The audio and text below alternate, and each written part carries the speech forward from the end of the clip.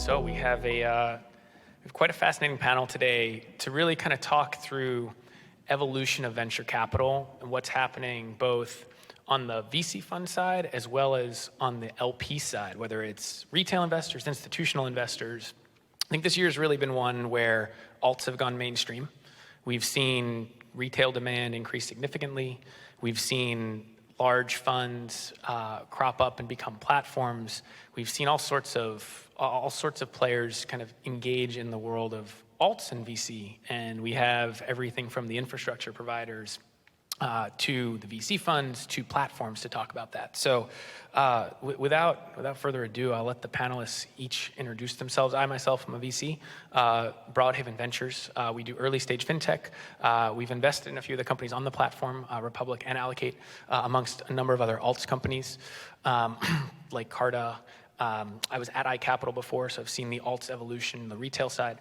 And I also have a content platform called Alt Goes Mainstream, which I do believe is happening. And these panelists are all ones who are powering that revolution, either on the retail side or the institutional side. So I'll let each of them introduce themselves, starting with Carlos, and we'll go from there because they each have different perspectives. All right, thank you. My name is Carlos Domingo. I'm the CEO and co-founder of a company called Securitize. What we do is we specialize on digitizing private securities using blockchain technology. So we basically issue digital asset securities that represent private securities with the aim of basically fixing all the problems with private capital markets. So distribution and capital formation, as well as asset servicing and secondary market liquidity. So we have a number of regulated entities, a registered transfer agent, as well as a broker dealer and an ATS, where we can basically provide this infrastructure and services to companies that are willing to kind of democratize access to private capital markets using this technology. Great. Hi, my name is Mar Hershenson. I'm one of the co-founders of Pair VC. We're an early stage fund. We basically invest very, very early at zero, anything before product market fit. And we are very programmatic in terms of what we do and how we help companies get from zero to a point where they can scale. And I think that's one of the reasons I'm here in this alts panel, because we have a different way of doing things. Hi, I'm Samir Kaji, CEO and co-founder of Allocate. So I'm a 22-year banker turned startup entrepreneur. So I feel like I'm a reformed banker. But one of the things that we saw over the last decade was the growth of both the GP side and the LP side, and we sat at the intersection. And despite both sides growing, the level of opaqueness, the level of fragmentation had gone to a point where the markets were just inefficient. And we knew that one of the things that was needing to be solved was allowing for financial inclusion. So in the past, investing in a venture fund, investing in a private equity fund, you needed to write a big check, you needed to be an institution. And we look at the market and say, why can't everybody invest in venture funds? So we democratize access to the venture asset category for people that are accredited investors, qualified purchasers, and we launched 5 months ago. Hi, everyone. Kendrick Nguyen, founder and CEO of Republic. Republic is a new brand in financial services. We do primarily 3 things. One is to make the traditional assets more accessible. So venture investing, but for non-accredited, or real estate, but you can be a college student investing $100. The second thing that we do is to expand the assets that people can invest in: music financing, litigation financing, theater financing, if you love it, if you love Broadway shows.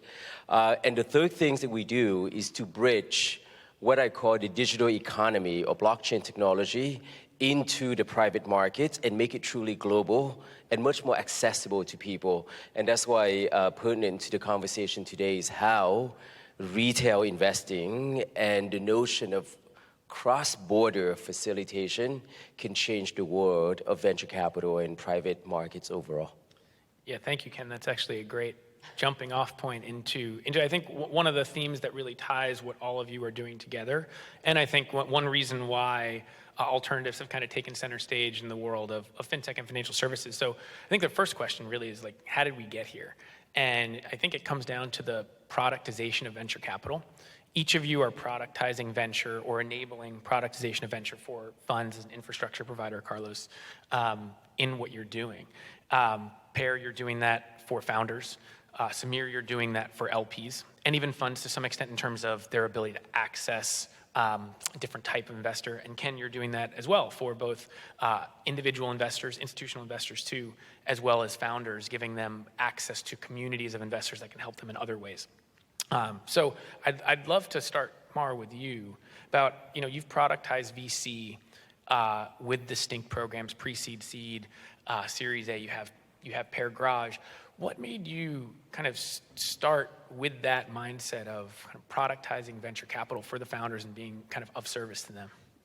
Yeah, and maybe I will clarify that venture capital is not just financing, it's also building companies.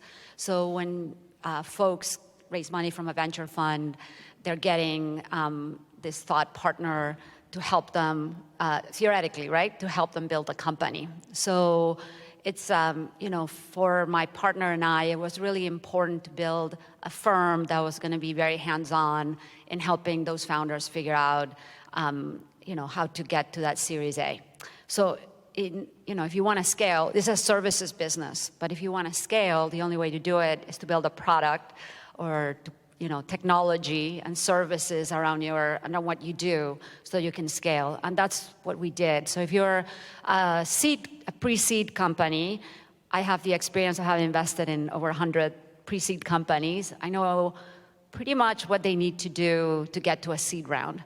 And I can put up together, like I said, we have a collection of software for fundraising, software for go-to-market. We have a search team inside to actually help you recruit people.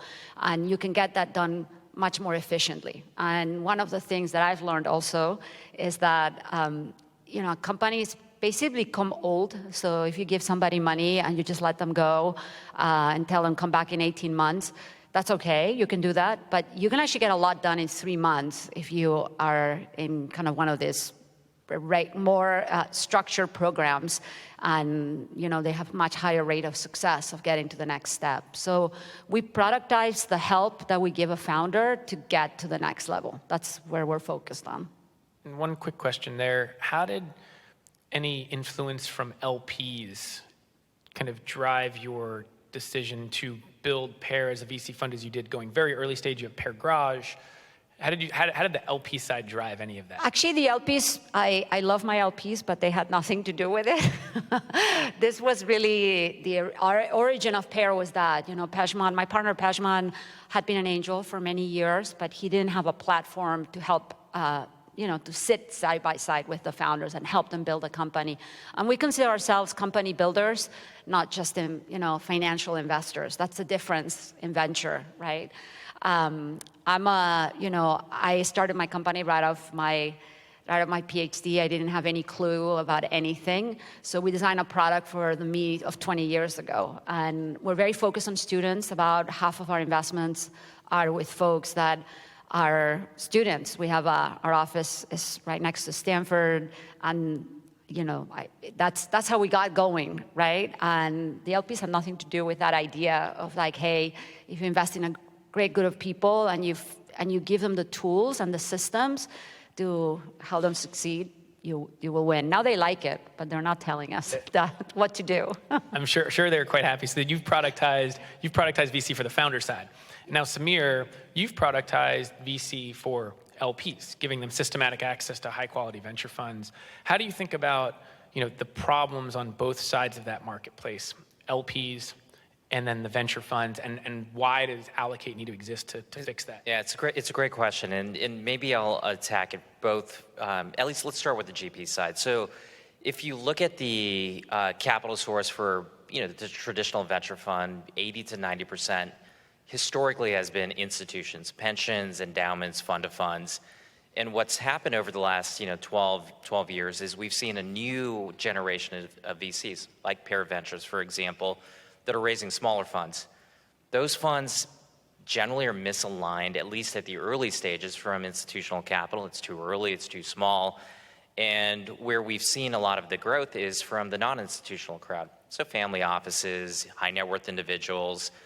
The issue for a GP is how do you find these people systematically, programmatically, and efficiently? I think Matt Conwell, I think he spoke. I don't know if he's in the audience, but he went on record saying he talked to over 1,000 family offices and people just to get raise his $10 million fund. That's a big problem. The other big problem is as funds are getting bigger, relying just on institutions is difficult. There's not a new endowment forming every year. There's not a new pension. And if you look at their asset allocation, many of these institutions have 20, 30, 40% in alternative assets, and they're over allocated. So as a GP, you can't ignore, at least you can't risk ignoring this massive retail sector, which is trillions of dollars. On the LP side, if you're a family office, your background might be real estate, public equities, fixed income. Investing in venture is really tough. There's 7,000 active venture investors globally. They're segmented by seed, Series A, early stage. There's opportunity funds, there's late stage. So how do you get access? How do you write a check that's large enough? And then how do you diligence managers that might not have 20 years of experience? And those are things that we found every single day. And so a lot of what we do is we educate the LPs, we provide them the opportunities, and we fractionalize it. So if I want to invest in a tier 1 VC, I don't have to write a $10 million check. I can write a $100,000 check. So it's a big problem for both sides. Yeah, and fractionalization is something, Ken, that you've done to the masses, right? On the pure retail side, giving people access to non-accredited investors, access to companies, and other investment opportunities. How did you think about approaching the problem of productizing VC for the LP community writ large, non-accredited and accredited investors? And then why did you decide to go broad as opposed to focus on a few distinct assets within the alt space? I think there are quite a few issues to unpack in that question. One, I agree, obviously, completely with Mar and Samir here, but I think it's important to define the definition of retail investors. I think you guys speak of it in the form of accredited, which is people of wealth, but individuals. And I think Morgan Stanley, identified something like a $10 trillion market to unpack. But if you can imagine everyday folks, college students, teachers, nurses, paramedics, there are about $100 billion lost in the casinos every year, about $80 billion spent buying lottery tickets. And that whole world of truly non-accredited retail participation, how do you get them to start investing into assets direct and then eventually over time venture as well? But I think it's such a tremendous pool of capital, and it reflects, I'm sure we're going to touch on crypto later on, but the entire blockchain industry is driven in part, or NFTs anyway, the masses, mainstream adoption. So on our side, sensing that the world is moving in that direction, that not only that, mass affluent folks want to invest in VCs, but that the college students want to own things. If they care about shoes, they want to be able to own a pair, and not because they're going to get rich owning a pair, but the notion of ownership. So that confluence, the convergence of consumers becoming investors, necessarily leads to, by our estimation, the need to present product and assets that meet the interest and passion of the entire demographic of humanity. Not my family immigrated from Vietnam. First generation immigrants, there's no way my mom would invest in a binary all or nothing venture capital deal, but she sure would put $200 in a real estate asset, knowing that she's never going to lose all of her money, but she's never going to make 10x either. So to answer your question, why we focus on the diversity of product is due to the fact that I believe that ownership in investing got to be for everyone, not just for those who are so financially sophisticated and can tolerate the binary venture return model. On that point as well, there's the productization for the other side, the founders or companies. And what you're speaking to is really kind of creating community and enabling the supply side effectively to get access to a whole new type of investor because they can do other things. They can be the consumers of that product. They can be your community. How did you think about that when deciding to productize Republic for the supply side, for the founders, companies, et cetera, who are looking for other types of investors other than accredited investors on your platform? Yeah, I'll give an example. Back in 2018, before Uber went public, they asked the SEC for permission to give away shares to the drivers of Uber. And Airbnb did the same for those who posted homes on Airbnb, and the SEC said, no, you gotta comply with current laws. But the need to engage user and communities becomes so compelling that I think it's already happening, but certainly in the coming years, that any company, any business with a community, the community will come to expect to become an owner, investor, or just receiving shares. So in that lens, you can look at the community itself being a tremendous source of capital. So Kylie Jenner, I have no doubt, by the time she does the next lipstick brand, she's gonna be raising it probably from $10 in investment from 1 million, users, rather than doing 10,000 LP calls and pound the pavement on the venture side. But in order for that to work, secondary is needed. What's the point of owning security if you can't sell it? And I think that's the world where there's no doubt that Carlos can speak more cogently than I can. Yeah, no, that's exactly where I wanted to go next in terms of how do you think about productizing venture from an infrastructure perspective, leveraging things like digital assets and the blockchain, which you're doing, and then creating secondary markets to enable people to do that.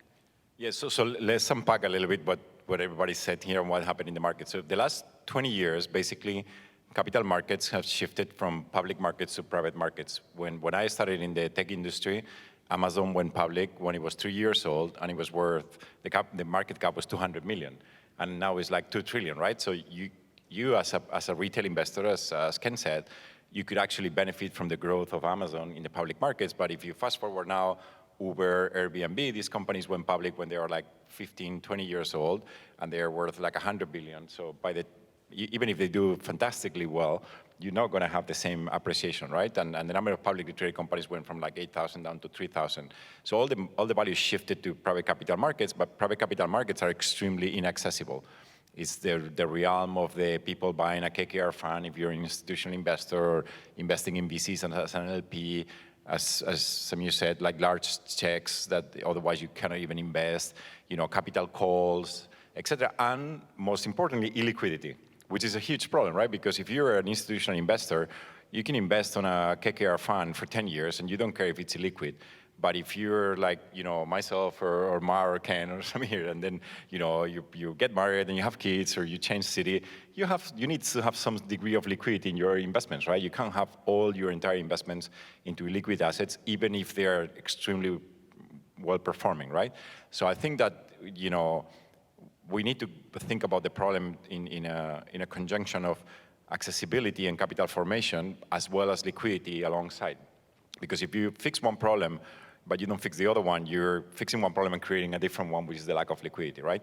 And then the problem with private securities is that the kind of restrictions from a regulatory perspective that they have are very complex compared to public securities that anybody can trade. And then that requires some sort of like sophisticated digitization, if you want, for all the compliance rules, et cetera. And I think that, blockchain technology, smart contracts, and digital assets lends itself very well to basically digitize private securities to provide accessibility as well as, liquidity, price discovery, et cetera. And that's where we're focusing to complement what, people like Ken, et cetera, are doing at Republic. So it's a great segue into kind of where does the industry go from here, right? Where will private companies get capital from in the future, right? And I think all of you now have to think about this in different ways, and there's different types of investors who can now access companies. Now that you have the liquidity piece, different types of investors can participate as well, right? So they feel more comfortable, whether that's intermediaries. A lot of wealth managers care about liquidity for their clients, so now they can participate in private markets because they can get liquidity. You have individuals who can now participate and get liquidity. So how do you all think about where capital will come from for private companies? Will it be from individuals? Will it be from intermediaries? Will it be from professionals, the VCs? And how do you each think about the distinction of that? We'll start with the VC on the panel. And then I want to hear from all of your views, because there may be different access points for different types of investors and ways that each type of investor, LP, can add value. Well, I have to put a plug for my industry, so I will say good things about it. Listen, I think there is a lot of money in the market, as you all know, and the venture as an asset class has done phenomenally well, right? So everybody wants to get into venture, whether you're my kid or an endowment or whatnot, they all want to get into venture. What is happening, and I think it was discussed earlier, I'm sure, is that there's the valuations have gone up. It's harder to get into the best companies, right? If you're an investor.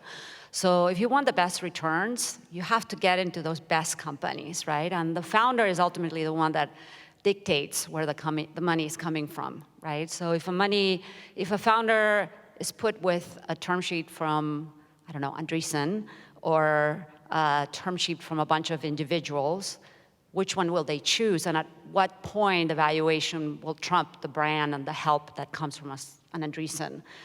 That's an important question, right? But the founders are, I think when you're getting money at a very early stage, you're not just getting financial. It's not like a loan, right? You're getting that a partner around the table to help you and to maximize the chances of your success. So I think, from my experience, still, the best companies won the best venture brands around the table. That's still happening, right? And the job of us in venture funds is to convince the founders that we are the right partners from them, and that's why they should take our money. I also tell founders that when they decide who to take money from, you're building your investment team, right? Who do you want around the table and that board or picking up the phone or whatnot? And the same way you build your operating team, you build your investment team, right? So they might take some money from Republic. They might take, some money from angels. There's a lot of angel participation in rounds right now. But they still want a venture firm around the table. And those, if you do the math, if you look at crunch the numbers out of Crunchbase and whatnot, seeds and pre-seeds that are led by funds have a much higher chance of success. And the reason is at an early stage, you actually do need that help around the table. Unless, of course, you could be a second-time or third-time founder and more than anybody around the table. But in most cases, it's still valuable. So I think we're here to stay, at least for a while. Well, it sounds like it'll be more supplementary, and there will be different There's still types already of supplementary, right? I mean, I think, when I started my business, my first company was just 20 years ago, the angels were in Atherton, and you would have to find them. And today, if you're a PM at Dropbox, you're an angel. Everybody's an angel investor. It's hard not to find an angel investor. So all deals have a pool of money reserved. Yeah, and Samir, you've made your bet on funds being the best arbiters of allocation of capital. And yet, on the other side, you have a lot of LPs, mainly family offices, wealth managers, who they potentially have the ability to get closer to companies or invest directly in companies. How do you think about the interplay between investing in funds versus investing in companies, and why have you, at least for now, made your bet on enabling access to investment into funds for the most part? I mean, first of all, I don't think it's a zero-sum game. I think ultimately, investing into private tech, life sciences, is moving into the world of mass finance. And you brought it up earlier. Amazon went public in 3 years. If you look at Uber, Twitter, Lyft, not only is it the length of time, but the amount of value that's in the private markets. Of the first 20 billion, 100% was in the private markets. Amazon only 3%. Right, so all of the value accrued after the company went public. And so we do see more family offices, individuals. We see hedge funds, of course. In fact, of the $234 billion that was raised by venture-backed companies in 2021, $100 billion of that was in rounds that were led by non-VCs, right? This is all good for founders. Now, there's a lot of problems, though, too, because if you think about, individuals, they have the ability to invest, and there's a lot of capital there. And you mentioned how much, $10 trillion. I think that's a good thing. So despite the growth in the amount of capital going into companies, money going into female founders actually was down in 2020. It's an issue. Someone like Matt Conwell, I'll bring him up again. I mean, that was a hard fundraise. And guess what? Mac is investing in a lot of founders that are underrepresented. That's why we want to back those type of individuals, because then they are backing individuals that are starting companies that are underrepresented, employing underrepresented. And now you have a market that is much more equitable and gives everybody a chance to participate. And so we viewed funds as the first way, get more people in business, make it easier, allow them to invest in more diverse founders, and then solve more diverse problems. And so ultimately, I know how people pit VC as good or bad versus individuals. I think there's plenty of room. If you look at the market, it's actually a small market. The public equities market today is $47 trillion in the US. Of 16 trillion is software and tech companies. That means 31 trillion is going to be somehow disrupted over the next 20 years. So there's plenty of opportunity. And Ken, to that point, I mean, there's plenty of opportunity. From what Mars said, it also feels like this is an and, not an or proposition. So, how do you think about that in the context of enabling individuals to access these companies, and companies also wanting individuals to play a part in this, in addition to hands-on VCs like Mar or the VCs that Samir are backing? I agree entirely that it's an and. It's not a mutually exclusive thing. Obviously, when you raise capital as a founder, and I've done my fair share of raising capital, the question is, what's the value add, right? To get a check from Mars, it's like it comes with the relationship, the advice, the expertise, opening doors. Obviously, if you raise from your own community, it's the marketing value. But I would actually want to advance the idea that retail capital, non-accred, will, I think, give rise to a whole new type of venture capitalists. That is, for someone, a rising VC, to go out and raise a $10 million fund, a lot of work to do that and manage the fund and deploying it. Let's say if you're a YouTube or a TikTok influencer and you have 100,000 followers, out of that 10,000 of whom love what you do, and you talk to them about investing. And all of a sudden, to your point, female founders still so underrepresented. And the TikTok influencers say that, hey, team, today I'm going to invest $100 into this company led by, Anna Lee. And this is why Anna is so amazing, and you guys should not invest more than $20. If you choose to invest, you should not invest more than $20. And 1/10 of her followers invest. You have 10,000 people invest $20 each, $200,000 into an early stage company. All of a sudden, you have a VC brand that doesn't need to fundraise in a pool capital. The ability to deploy vastly more powerful and not limitless, but obviously the capacity to just deploy more and more, perhaps take an advisory share in the company.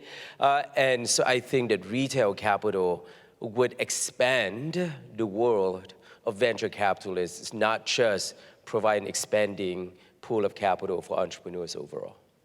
And Carlos, how do you think about this? You kind of have a bird's eye view, given that you're an infrastructure provider working across funds, platforms, the LP world, big banks. I think Morgan Stanley's an investor in your business. So how do you see this unfolding in terms of access points to private companies? Who's investing in them directly? Who's investing in funds, and why? Yeah, I just want to float a couple of ideas. The first one is that, it's working well? Okay, sorry, I just somehow think it's not. So if you think about what internet was good at, internet was good at creating the long tail of markets, right? So if you were... It's not working. It's not working, right? So that's what I thought. Hello? Oh yeah, here. When I started talking, I felt like it was no...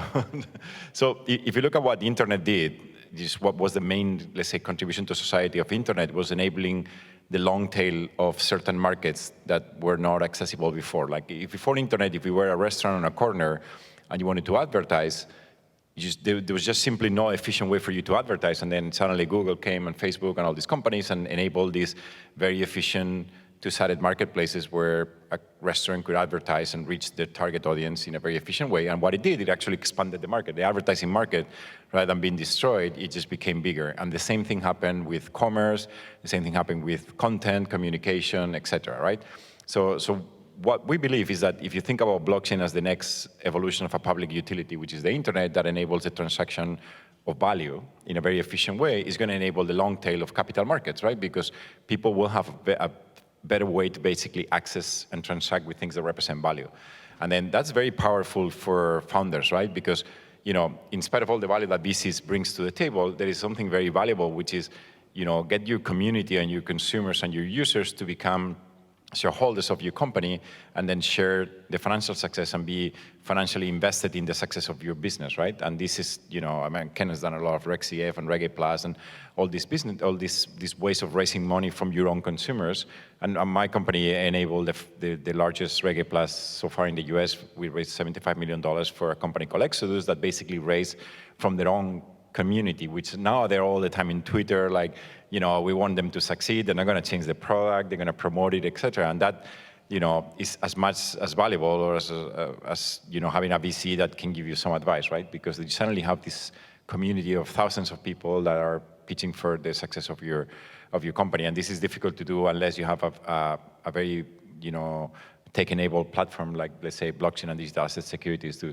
So that's actually where I want us to go next, which is I don't think we can talk about a VC panel without getting into how does Web3 impact the VC ecosystem as well as the underlying companies and LPs access. And many of you are kind of exposed to this in different ways, building bridges between Web 2 and Web 3 world. You're enabling people to raise capital using blockchain-based infrastructure. Let's start with you. How do you think about how Web 3 will impact the world of venture capital?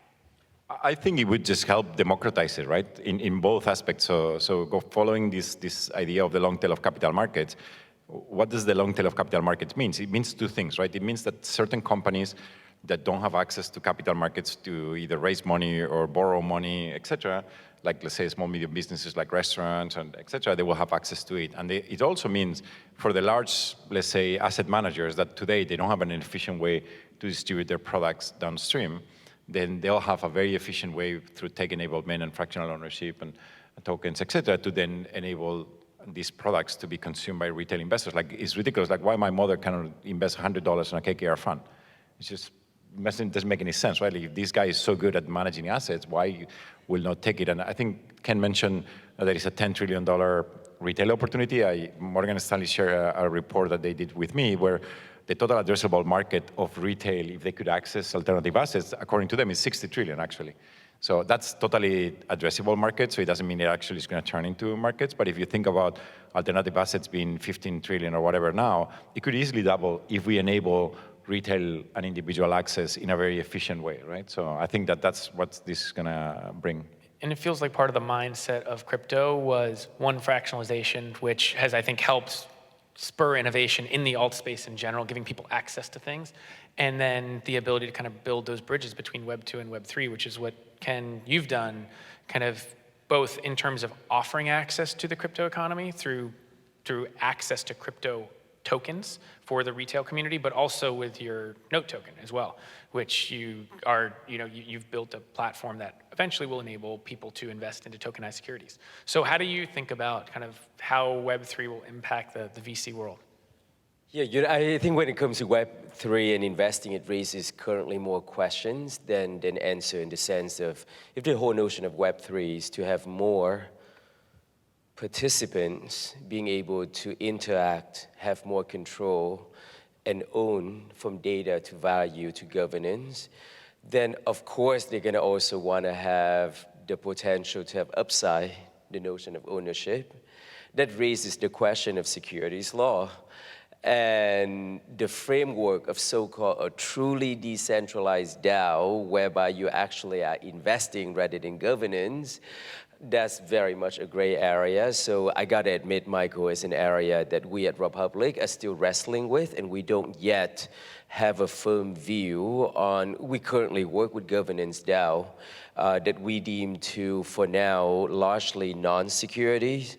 But there are a whole host of projects that come to us, Web3 and otherwise, that we don't yet touch because there's regulatory complexity, and we think we know that world well.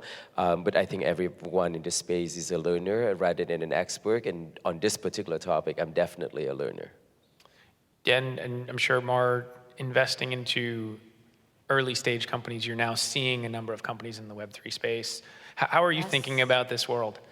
Now this one, okay, it's working. Yeah, I think same as you. We were seeing all these folks that want to build these DAOs around venture, and they do get into the securities law problem. I think I don't know if folks in the audience or you guys have seen the Lao project, which I thought that's a really interesting project as well. Anyways, I can't even remember your question now, Michael. Just how do you think about kind of the Web3 world in VC from a VC's perspective? Well, the first thing, this is, I was in the Web 1.0, so the first thing is that all venture funds now have to invest in Web 3. So over the last couple of quarters, we've seen that folks that never touched Web 3, now they are, and at a very rapid pace. So it used to be only a few people with exclusive funds, and now most funds have some Web 3 investments. That's number one. I think number two is, are you going to change the structure of your fund to run on Web3? That's a big question, and that's why I wanted to respond to Kendrick. Maybe it makes sense to have tokens on a fund, and you can get in and you can get out, or you can, maybe, I don't know. I think there's a lot to figure out, and literally I was on a call right before this with somebody that's trying to do that. It's too early to tell, but many people are thinking about that. So something will be done for sure. We're in day zero.